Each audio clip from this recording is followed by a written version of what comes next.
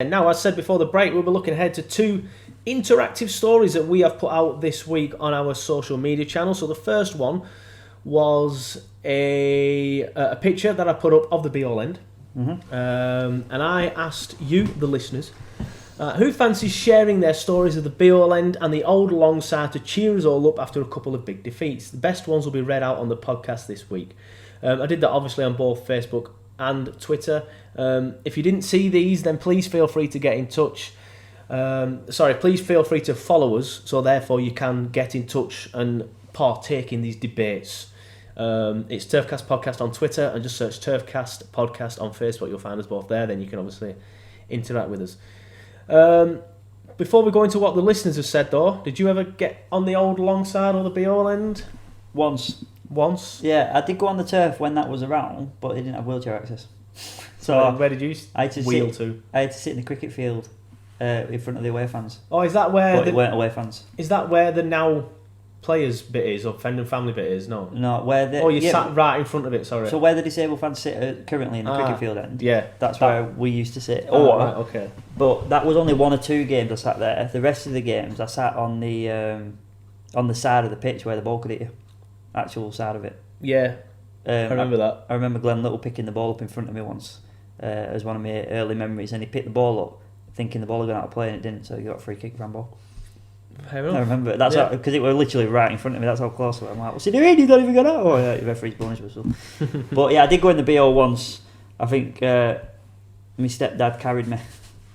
Bless him. I must have been young because probably he was desperate to get that match. Yeah, probably looking after you. Couldn't leave you at home. Yeah, the tire's gone down. He's like, what the fuck am I going to do? I'll just carry him on. Yeah. So what happened during the actual match? Did he just hold you, or just put you down for the match? I can't remember that much. I just remember going in that way, because he used to come in at the club shop entrance. Yeah.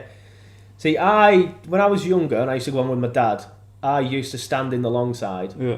But when you were coming off the turf, the only times I ever really went in the Bee Hole End, from the top of my memory, my dad will get in touch and tell me I'm wrong, was when we had to leave the long side. Because you'd leave the long side, they'd open the gates between the 2 stands, and you'd go through the big exit on the Bee Hole End, and you do that, you cut out going through all the traffic on the long side and all the traffic at the back of the long side. So you could just come out. But to my knowledge, I'll just get that picture back up. Yeah, there were only that one big exit on the Bee Hole End. So I can imagine there being pretty bad congestion there. But if you just look at the picture that I put up, I literally used to sort of like stand about here, just under the roof on this side. There used to be like a little kiosk here or I was here. just going to say that's where you got the bars. I used to come down. In fact, there's a picture that does around by the guy, by Stuart Clark, who does Homes of Football. It shows the 2 women that work in there. Have you seen the other one where they're having a fag? I was going to say, have you seen the one where there's 2 people like hugging each other in front of that kiosk as well? Yes, I think I have. So yeah, go on then, read them out. I just want to go off to one of my memories as well first, and there's a memory from Karen Fazakala that's reminded me of this. I used to do this a lot. Kaz Faz. She's around our age, isn't she? Maybe just a little bit older, so she'll probably have similar sort of memories to us. I think she's a little bit older than me. Yeah. But what I used to do is, at half time, my dad would get like a couple of cartons of juice for me and him. And what I'd do for the second half is I'd crush the cartons and play football with all the kids on the front. So we'd always play football and stuff on the front, so not paying any attention to the game whatsoever. But like you see kids these days, like sometimes they're on turf and they're on their iPad. Like we were just doing the same thing, just playing football, just not paying any attention to the game. I was playing football, and thankfully back then Burnley were a little bit poo, so there were a big massive space at the front. I used to climb on the fence as well sometimes as well to try and get a better view, but I was too young, so the bigger kids could climb higher than me, so I used to get upset because they'd all be a bit higher. But yeah, Kaz Faz says she used to love playing football with an empty can of pop with my best mate Thomas in the top left corner. She was in the opposite. I was in the bottom right, she was in the top left. Before going back to my mum and dad lower down when the long side gates were opened. Best days of my life, she says. Michael Madder, my dad always wanted to leave early from our spot on the long side, so we watched a lot of the last 10 minutes from the corner of the Bee Hole End by the gate. Yeah, I seem to remember doing little things like that, not necessarily leaving early and going standing there, but sort of like leaving through the Bee Hole End. Darren Bentley, off of media manager at Burnley Football Club, got in touch. He said, I once got smashed in the face by a stray Terry Cochrane shot while leaning over the small fence that used to be at the front. He said he was about 12. Only time I've ever touched a match ball in 47 years of attending a football matches. Do you know what? I once stole a match ball. You stole a match ball from where? From, can I just say... What club did you steal it from? Preston. Right, that's all right then. I deserve it. Of course, that's all right. I deserve this. Should have stolen more. Yeah, well, I deserve it because being in a wheelchair and you just got dumped at the side of the ground, I was pissed right through all bloody season and it was freezing. And often, like the Preston game, I was sat in front of the Preston fans.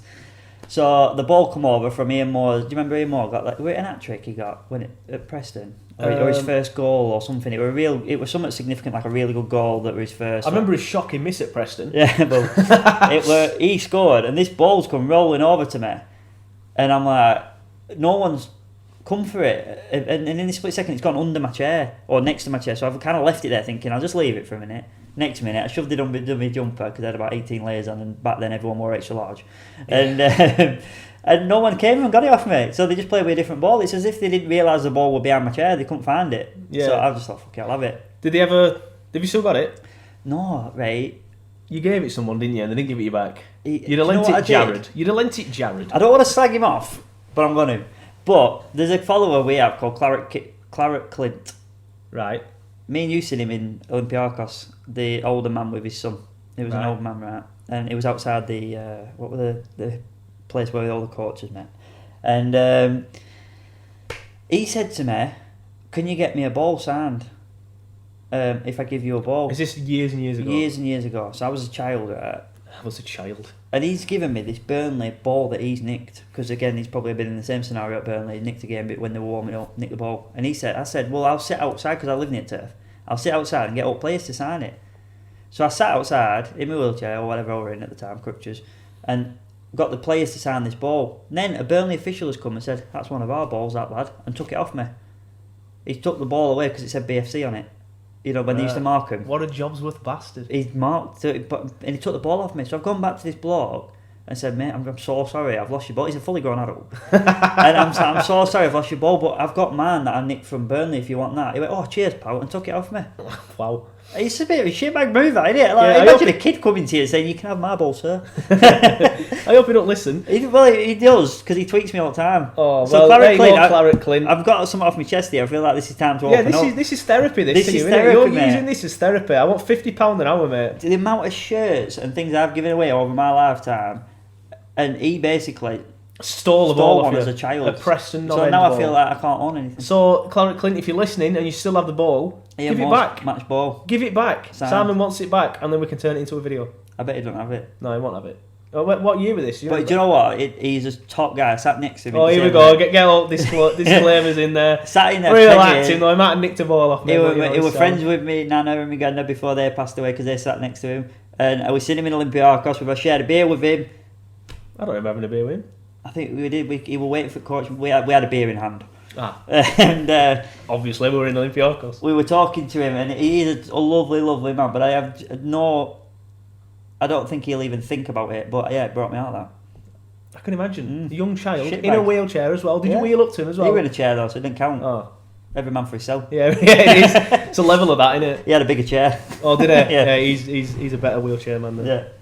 Kieran Higginson, there was one railing slightly wider than all of the others on the barrier between the Longside and the Bee Hole End, and I could fit through. Wouldn't be happening now though. I was thinking, can you do it now, pal? That's the question.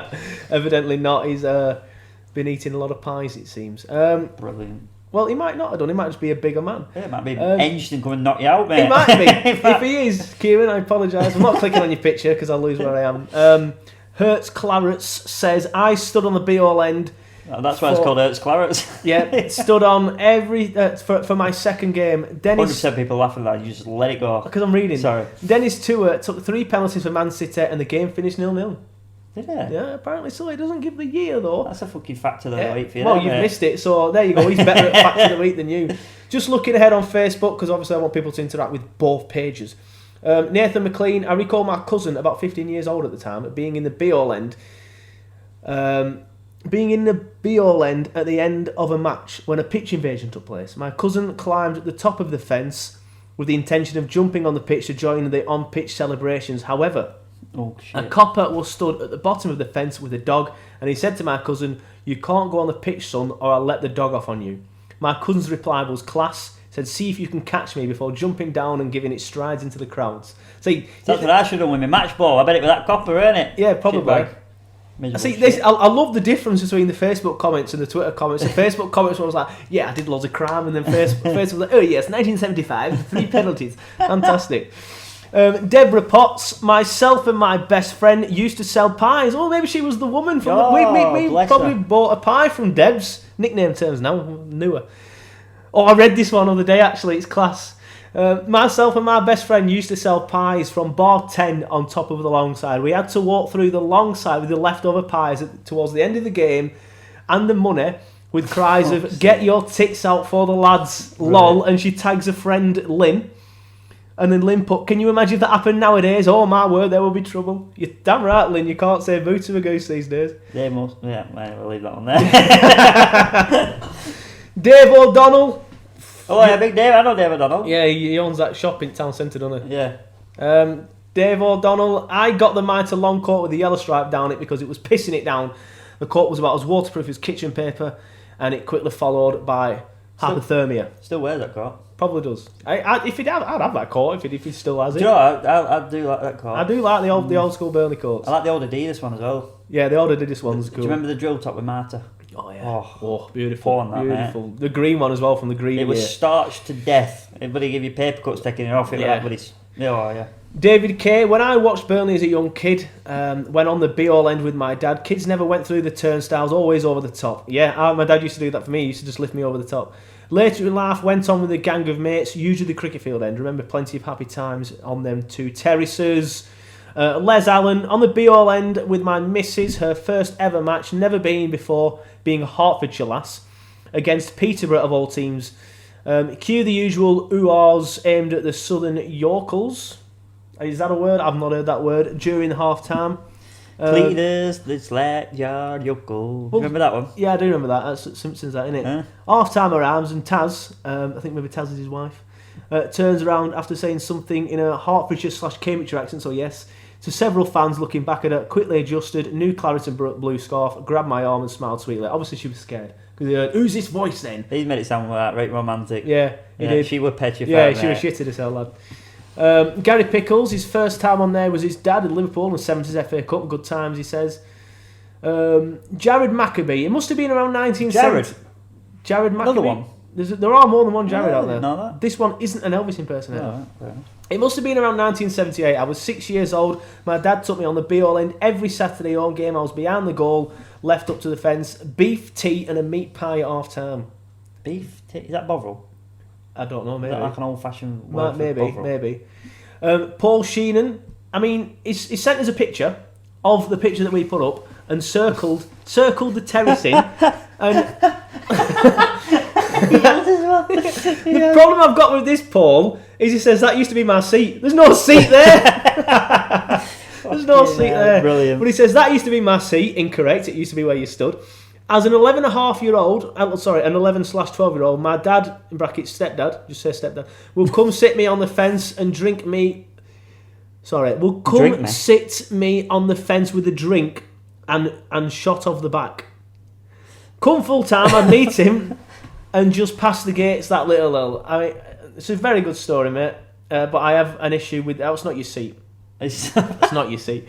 Ashley O'Brien, last couple. We used to go on the Bee Hole End with our dad. Sometimes he would help us over the fence into the Longside, and we'd jump back over at full time. The little par van at the entrance selling meat and tater. It puts a laughing emoji, obviously because he's put in brackets meat and tater in like slang. He must have, they must have wrote it on the board like that. My dad used to always make us wait until full times of pars were off price on the way out. Your dad's a very intelligent man. That's the kind of father I intend to be when Parker's a little older. Like I said, last couple. David Ingham. Now, this is a little bit of a long one, so hopefully he can spell and stuff. Throughout the late 1950s, I used to go on the Bee Hole End for free at half time, or just after when visiting my grandma on Ann Street. First, I didn't know you could do that. That's cool. We should do that. Should bring that back. What, nipping out? No, get on at half time for less than half price. First time I paid was just before I went into the army, March 1960, the last 16 in the FA Cup versus Bastard Rovers. We had a comfortable lead, 3-0, and thoughts of the double began to look realistic, but Rovers fought back for a 3-3 draw. That's not a good story. 50,000 plus in attendance at the pulsating game. We lost a replay 2-0 later that week. That's a terrible story. Didn't go on regular until 1972. And in which time Burnley were on the decline, unfortunately. Since then, I'd season tickets in Crickfield End, Bob Lord, blah blah blah. But I like that fact though. How we put in that it was like a pulsating atmosphere with 50k. Them days are long gone. I'm not gonna lie, mate. I ain't got the attention span for that one. That was a long one. Yeah, I know. I saw you pick your phone up and I've literally gone like, what? He said he went on a game and there were 50,000 people there. For He was half against price. Blackburn. Yeah, no, he said he used to go on. For half price. And then he said again, Yeah. right, I'm telling you, all these people that listen are actually not idiots like you and thinking, why am I telling this story again? I get it, mate. Straight, I get it. No, you don't get it. Next one. You fucking idiot. No, that's not the next one. That's not the next one. We've done that now. Yeah. I We've enjoyed done them that. though. They were good stories. What, the ones Apart that you from the could pay last one, attention to? fucking- Yeah.